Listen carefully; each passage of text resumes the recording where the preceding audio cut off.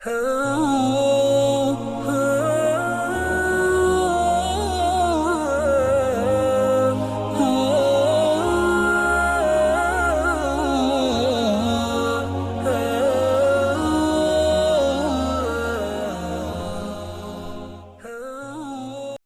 alaikum wa rahmatullahi wa barakatuhu.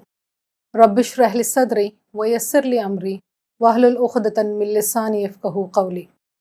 This is the story about the lady who passed all the trials successfully. Ummu Salama radiallahu anha belonged to Banu Maksum tribe and was very religious among the women in Arab. Her husband, Abdullah ibn Abd al-Asad, embraced Islam in the earlier period of prophethood. Since Ummu Salama radiallahu anha embraced Islam, she had to face many hardships. Earlier, she was known as Hind and not Ummu Salama. And when the Quraysh came to know that she accepted the religion Islam, they got very angry. When Muslims in Mecca were subjected to severe torture by the enemies, Prophet sallallahu alaihi wasallam asked them to move to Ethiopia. Hind and her husband also fled to Ethiopia. They sacrificed their luxurious palace and their relatives for the sake of Allah. The king of Ethiopia gave them the moral support, and the king was known as Najashi. Yet, they were not able to forget their relatives and their motherland. When Ummu Salama and her companions heard that people who embraced Islam had increased in Mecca, and even Umar and Hamza radiallahu anha have embraced Islam, and the troubles given by the Quraysh have reduced, they thought to go back to Mecca. But when they returned to their motherland, they realized that though Umar and Hamza radiallahu anha have embraced Islam, the torture given by the Quraysh has not come to an end. Later on, Islam permitted them to go back to Medina.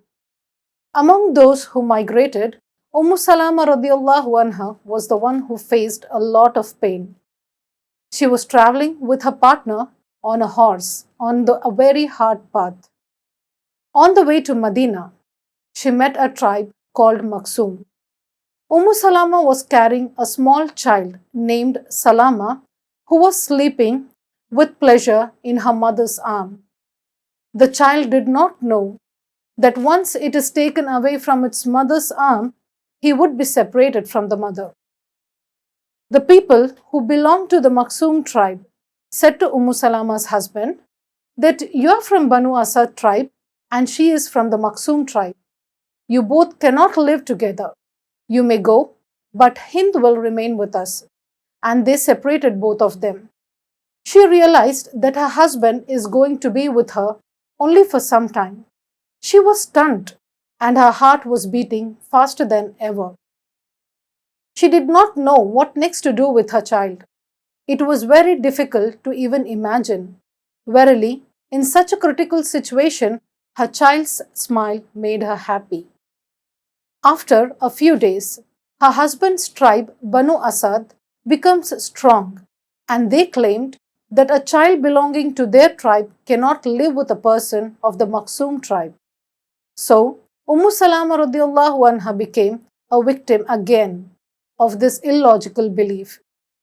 Even today, we can find such baseless beliefs existing in the society which boasts about male domination. Finally, men from Banu Asad tried to snatch the child from Ummu Salama. But how can a mother tolerate this? She fell unconscious. Her husband was already in Medina, and now even her child was taken away by Banu Asad. Her worries doubled. She spent sleepless nights. She started living lonely in the desert. She felt that she was losing everything in front of her eyes. She started weeping and tears started rushing from her eyes. This continued, and after a while she felt a bit relief. Spending 1 year without the husband and child was like spending a decade. Later, she was released with the help of her friends.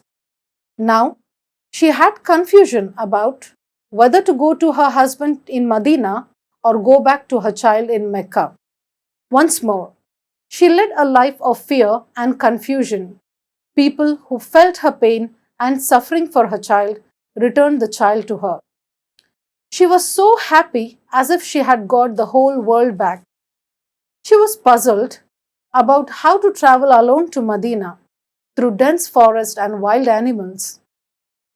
Such a journey scared even the bravest soldiers, but her true belief and faith gave her the immense strength, and they continued to travel through the dense forest with wild animals. During their journey, she meets a Sahabi called Usman al Talha. He helps her and takes her to her husband with her child. However, troubles did not leave Salama. Her husband, who was wounded and returned from the Battle of Uhud, passed away. The death of her loved one made her sad. It took her a long time to recover from this pain. After a while, Abu Bakr Siddiq radiallahu anha, Umar radiallahu anha, and finally our Prophet Muhammad sallallahu alaihi wasallam approached her with a marriage proposal. But she refused it. She explained her hardships to the Prophet sallallahu alaihi wasallam, stating that I am an old lady with a child and almost reached the age of death. To this, the Prophet sallallahu alaihi wasallam replied, even I am an old man, and let Allah take away this old age. By being the Prophet's wife, Salama radiallahu anha became the mother of all the true believers. Let Salama radiallahu anha's belief in Allah, firmness and dedication be a model for all of us. Ameen Ya Rabbal Alameen.